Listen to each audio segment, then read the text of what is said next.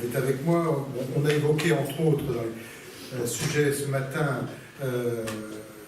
la grande inquiétude et les dangers qui pèsent sur la politique familiale, avec la volonté de la majorité de remettre dans le cadre de la publication d'un rapport, de remettre en cause le quotient familial. Le quotient familial, c'est toute l'architecture de notre politique familiale.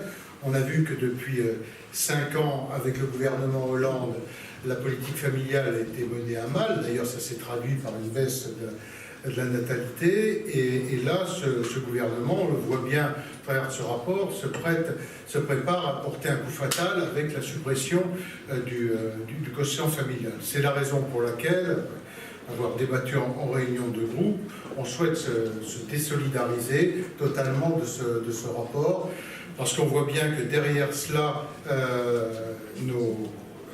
la volonté à la fois de la majorité, enfin la volonté de la majorité, bien sûr le quotient familial, mais il y a le quotient conjugal, et puis derrière c'est le prélèvement à la source, c'est ça qui est en train de se mettre en place. En tout cas pour nous, il est hors de question de laisser porter une telle attaque sur la politique familiale. Voilà la décision prise ce matin, donc Gilles et Stéphane vont répondre à vos questions plus précises sur le sujet. Les autres points, bon, on a le vote, je le dis, sur la Nouvelle-Calédonie, donc sur le PJLO, on vote favorablement, hein, on l'avait dit à l'occasion du débat. Et puis sur la LPM, eh bien, bon, on va attendre que le débat soit terminé. On a un sujet d'inquiétude, mais il est possible qu'on soit sur une ligne d'abstention, mais on verra ça la semaine prochaine lorsque le débat sera terminé. Est-ce que vous avez des questions? Un autre sujet d'inquiétude, le placement de Nicolas Sarkozy ce matin. Écoutez, d'abord sensible au fait que ça vous inquiète. Non, mais vous me dites, c'est un peu vos sujets d'inquiétude, donc je vous réponds.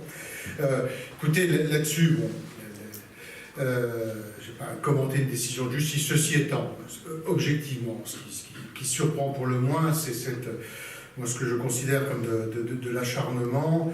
Et honnêtement, on l'a vu après l'affaire Bettencourt, je veux dire, 11 ans après, à quoi tout cela arrive. En tout cas, ce que je veux assurer, c'est assurer Nicolas Sarkozy à la fois de toute l'amitié, de tout le soutien du groupe des députés républicains dans ce moment qui n'est pas facile et qui a un côté, disons-le, assez surréaliste. Mais quand vous dites soutien, c'est un soutien unanime de l'ensemble? Oui, c'est un soutien avec beaucoup d'affection dans un moment difficile, encore une fois, assez incompréhensible. Voilà. Après, je ne vais pas rentrer dans le détail de faire de justice. Je n'ai pas les éléments pour le faire et ça n'est pas mon rôle de le faire. Quand vous dites incompréhensible, c'est... Pour le moins surprenant, 11 ans après. On est sur la campagne de 2007, donc on est 11 ans après. Alors, on a vu ce que ça donnait, l'acharnement sur l'affaire Bettencourt.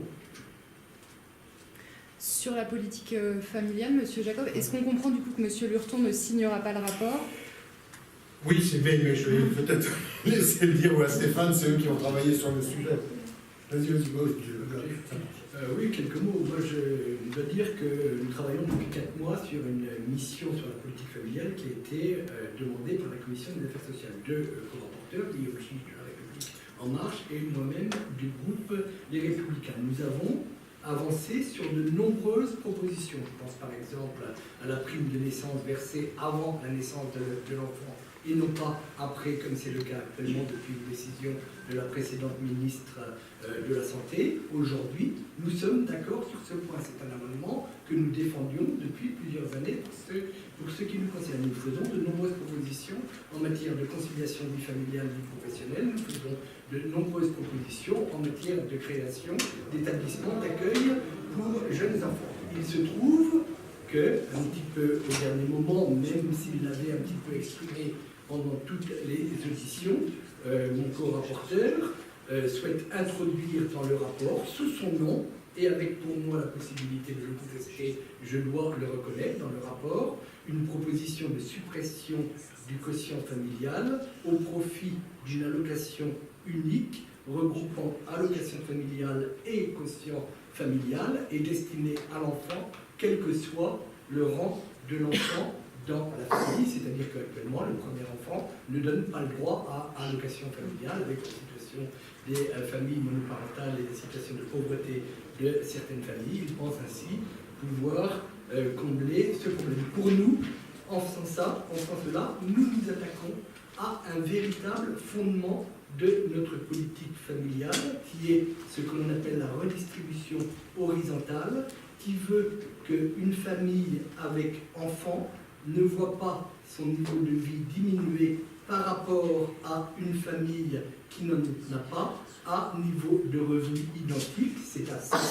que sert le quotient familial, par les demi-parts qu'il procure pour les 2 premiers enfants et par la part entière qu'il procure à partir du 3e enfant sur les déclarations de ressources des familles. Pour nous, c'est une ligne rouge à ne pas franchir. Cette ligne rouge, elle a été franchie. J'ai d'abord beaucoup discuté avec mon co-rapporteur et avec toutes les personnes qui nous entourent sur ce rapport, en espérant pouvoir obtenir de lui qu'il retire cette proposition du rapport. À l'heure qu'il est, je ne l'ai pas obtenue. Moi, je ne peux pas associer mon nom à un rapport qui va totalement, sur un point en tout cas, à l'encontre de mes convictions. J'en ai donc discuté avec mon groupe parlementaire, avec Christian, avec Stéphane qui est notre chef de la commission des affaires sociales, on peut notre whip de la commission des affaires sociales, et nous pensons, à l'heure qu'il est, que si le co-rapporteur Guillaume Chiche maintient cette proposition dans le rapport, effectivement, je ne pourrais pas signer. Qu'on comprenne bien, vous dites, l'intention de Guillaume Chiche, c'est que le couple puisse toucher quelque chose dès le premier enfant? Alors, vous l'interrogerez, il vous le précisera certainement beaucoup mieux que moi, mais dans la réflexion qu'il conduit, en tout cas dans les échanges que j'ai eus avec lui, ça fait partie, effectivement, de ses propositions. Il fusionnerait le quotient familial avec les allocations familiales au profit d'une allocation unique. Le quotient familial, c'est 12 milliards d'euros, 12,2 milliards d'euros. Les allocations familiales, c'est 12 milliards d'euros. La somme totale de 24 milliards d'euros serait donc fusionnée au profit d'une allocation unique qui, effectivement, dans son esprit, mais il vous le dira mieux que moi, je ne veux pas parler à sa place, irait à l'enfant, c'est-à-dire dès le premier enfant. Si vous supprimez le quotient familial, vous supprimez les demi-parts pour les enfants. Et la part complète pour le 3e. Et c'est ça, tout le fondement de notre politique familiale, c'est la solidarité. C'est-à-dire prendre en charge le coût éducatif de l'enfant, des familles qui n'ont pas d'enfants, qui sont solidaires en direction de ceux qui ont des enfants. Mais donc, cet argent, il va toujours aux familles avec enfants. Cet argent, il va toujours aux familles avec enfants, effectivement, ça serait une allocation à l'enfant. J'ai du mal à voir en quoi c'est un moins 10 ans. C'est un moins 10 ans à partir du moment où vous n'avez plus la demi-part, c'est-à-dire qu'on va transformer cette aide sur le système du quotient familial tel qu'elle existe aujourd'hui en une aide sous condition de ressources. C'est ça l'idée qu'il y a derrière. Et supprimer la demi-part, c'est supprimer toute la solidarité de la politique familiale. Alors, si vous voulez, quand cette proposition est apparue dans le cadre du rapport, moi je veux dire qu'on ne peut pas faire une proposition de ce type sans avoir des simulations financières qui nous permettent de savoir sur qui va peser cette mesure. Intuitivement, moi je suis d'ores et déjà qu'elle pèsera très fortement sur les classes moyennes, qui sont déjà, à mon avis, lourdement frappées. Malheureusement, nous n'avons pas pu obtenir les simulations financières que nous avons demandées et redemandées. Et donc, je ne vois pas comment on peut introduire une mesure de ce type qui est lourde de conséquences pour les familles sans connaître exactement sur qui ça va peser. Donc, c'est pour ça que, pour cette raison aussi, en dehors du fait que c'est un fondement sur lequel nous ne transigerons pas, c'est pour cette raison aussi que je lui ai demandé de retirer sa proposition tant que nous n'avons pas plus d'informations pour voir exactement sur ce que ça va passer. On pourrait imaginer que ça ne pèse que sur les familles les plus riches et se dire qu'après tout, les familles les plus riches, peut-être qu'elles peuvent, qu'elles n'ont pas forcément besoin. Aujourd'hui, ça, nous ne le savons pas, et moi, effectivement, je pense que ça ne fait pas sur le cas. Monsieur Jacob, une nouvelle question sur Nicolas Sarkozy. Vous semblez dire que tout cela va retomber finalement assez rapidement et à aucun moment, aucun élément ne vous fait dire qu'il y a des faits qui sont troublants.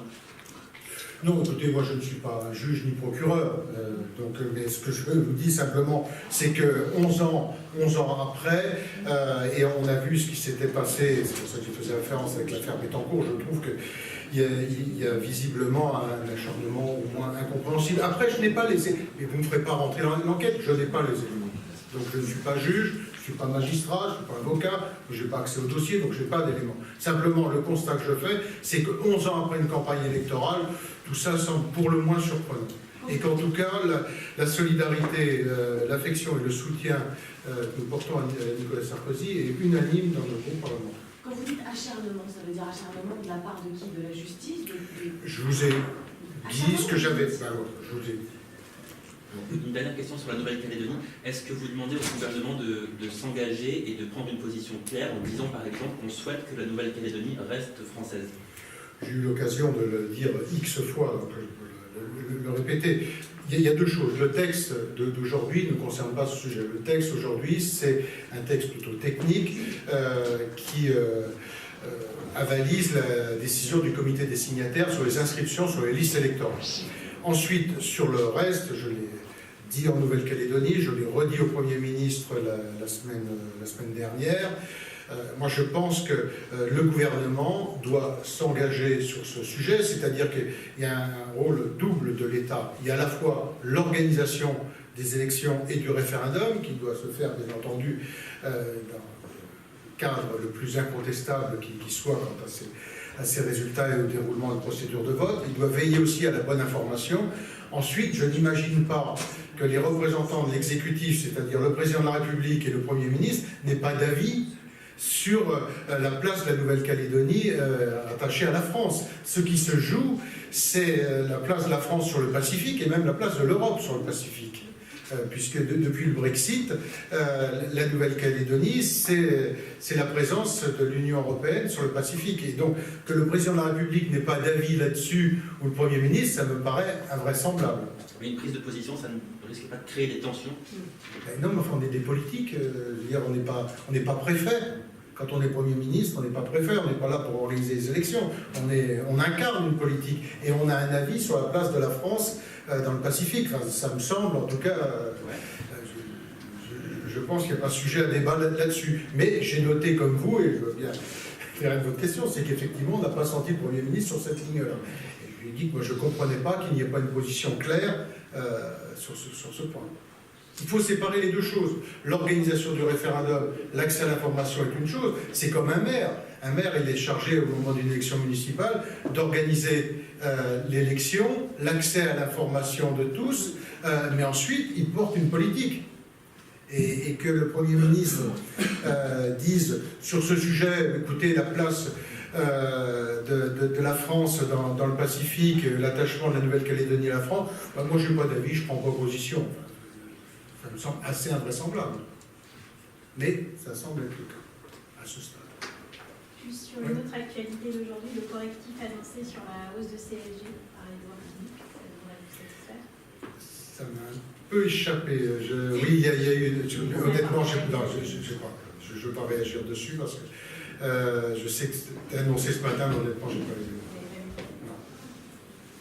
Plutôt que de dire une sottise. Moi, je peux juste dire là-dessus que c'est un élément sur lequel on intervient par contre en actualité auprès de lui depuis déjà plusieurs semaines, en se rendant compte dans les circonscriptions que des familles qui sont largement en dessous des 1200 euros, la barrière en dessous de laquelle on ne paye pas l'augmentation de la CSG, la paye quand même. Et pour nous, c'est une grande incompréhension. Enfin, le gouvernement s'en rend compte qu'il y a un problème.